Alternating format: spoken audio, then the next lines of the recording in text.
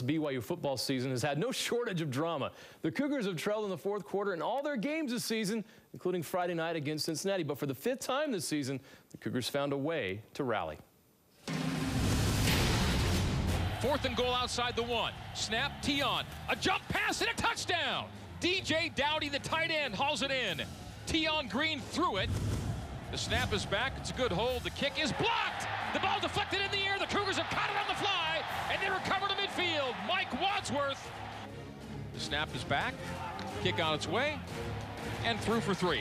Moore, shotgun. Green, left hip. Passing situation, Moore going down in the backfield. Another sack for the Cougars as a flag flies late. He had 8 from what I was told. I think the school record is 10. Brett was telling me he's walking in.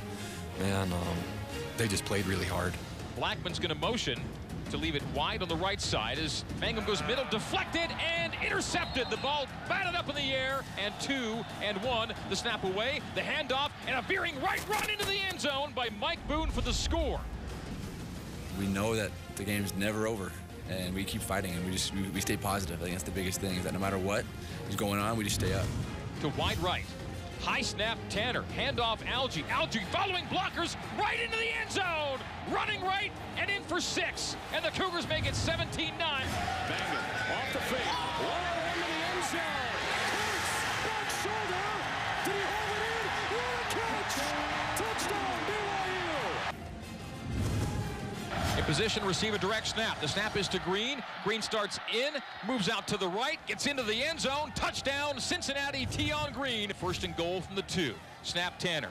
Handoff, Algie. Algie off tackle right into the end zone for the touchdown. And the Cougars are within 1 with 10:24 to play. Nick Kurtz tonight. And what did you see on that wide open touchdown pass to him? I just saw he was wide open. 1st and 10 for Mangum and the Cougars. Tanner looks at his options, moves to his left, goes deep. Oh, he got a man wide open. Nick Kurtz makes the catch inside the 5 and walks in for 6. Touchdown, Cougars. I'm not kidding you. I laughed. I was like, oh my gosh, like I am wide open right now.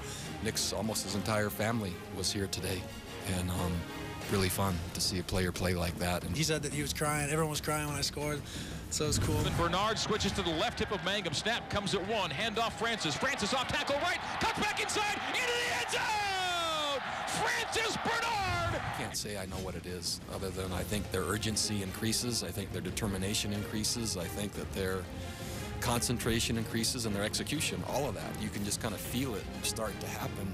Just every time it comes down to that fourth quarter, like Bronson was saying, something about us where it's just, we go lights out. It's our quarter. Was bobbling the ball, never secured as Nakua broke it up at the boundary. But Nakua just rocked him into the BYU team area.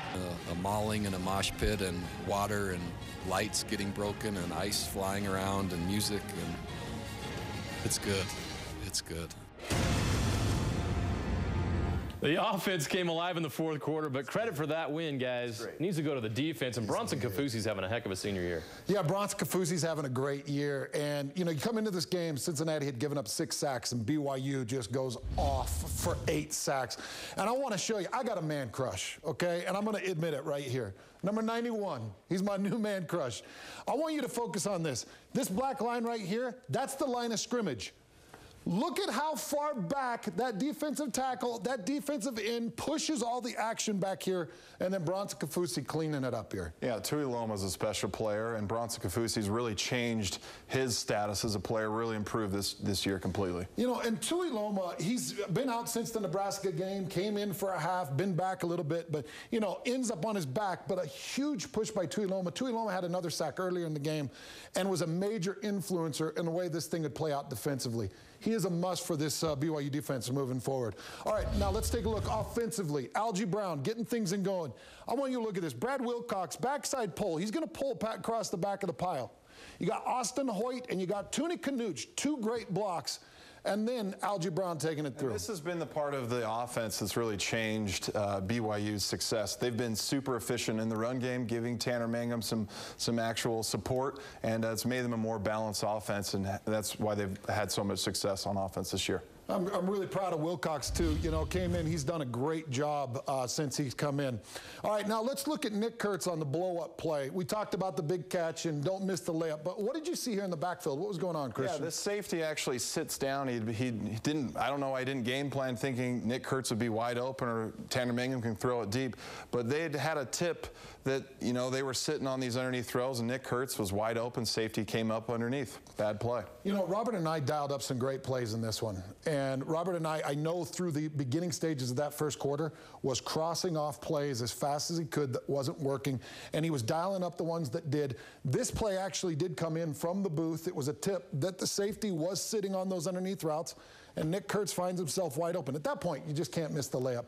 But again, another great performance by BYU. A good win against a very good Cincinnati team.